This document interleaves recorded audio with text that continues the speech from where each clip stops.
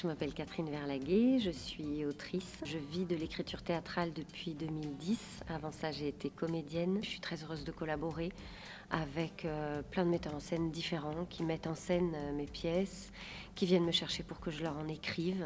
C'est un grand plaisir et un grand honneur pour moi de travailler avec les équipes, de les voir mettre mes histoires debout.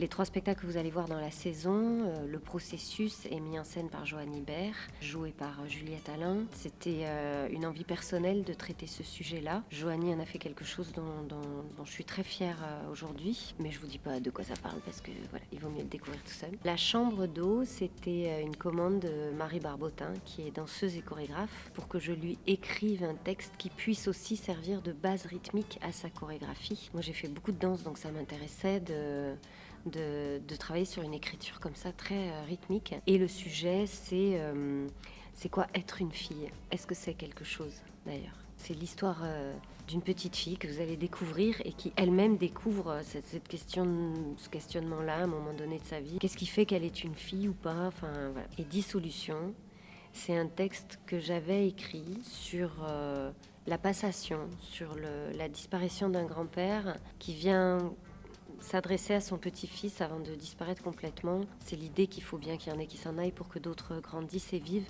Donc c'est vraiment une très belle histoire sur la vie, sur le cycle de la vie, sur la transmission. C'est Julia Vidit qui l'a mise en scène, qui est directrice du CDN de Nancy. Et c'est Rachid Boily qui joue la pièce. Rachid, c'est un conteur.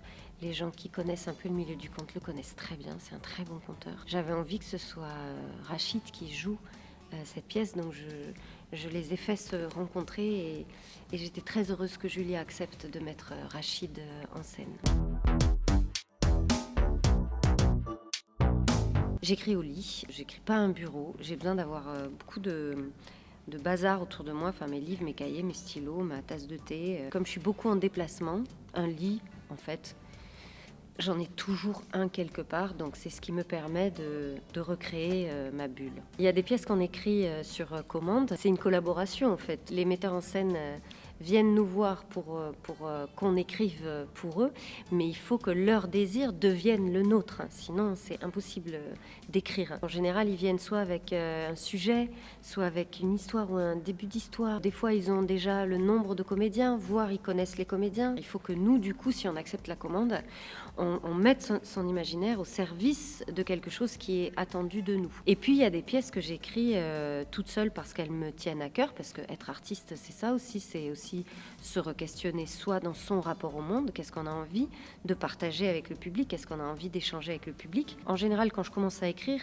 je me rends pas compte que je commence à écrire quelque chose. J'écris comme un pianiste fait ses gammes en fait, et ça peut durer comme ça pendant des mois, ça crée du vrac, ça crée de la matière. Je pense qu'il faut jamais perdre cette notion de plaisir quand on est dans la création, même si ça peut être douloureux, le plaisir il est dans ce que ça libère. Et une fois que j'ai tout mon vrac, une fois que j'ai toute ma matière, après je me mets au travail. Je pose mon cadre, même si c'est un projet personnel. J'oriente les scènes et du coup je décide de ce qu'il y a en trop et de ce qu'il faut couper ou ajouter. Moi, c'est ça qui est important pour moi. C'est le chemin d'émotion, parce que c'est lui qui conditionne après le chemin de réflexion. Pour moi, l'art est un outil de communication, du être ensemble et du se questionner ensemble. Alors, ado, je lisais peu parce que j'écrivais déjà beaucoup. Je lisais ce qu'il fallait lire à l'école, puis je lisais des trucs genre Le Club des 5. Quand on me conseillait de la littérature, c'était de la littérature classique. C'était pas mon truc. Mes parents lisent beaucoup d'essais, de journaux, de magazines, sont pas très orientés littérature. J'ai commencé à lire beaucoup à partir de l'âge de 20 ans, parce qu'en fait, j'ai une de mes amies qui est devenue libraire. Et donc, c'est elle qui m'a dit « Tiens, lis ça » et qui m'a initiée à la littérature contemporaine. Et là, j'ai découvert un monde. Je lis beaucoup de littérature contemporaine française, parce que je suis curieuse de ce qui s'écrit aujourd'hui dans mon pays, ce que ça raconte sur notre société, sur nos rapports, tout ça.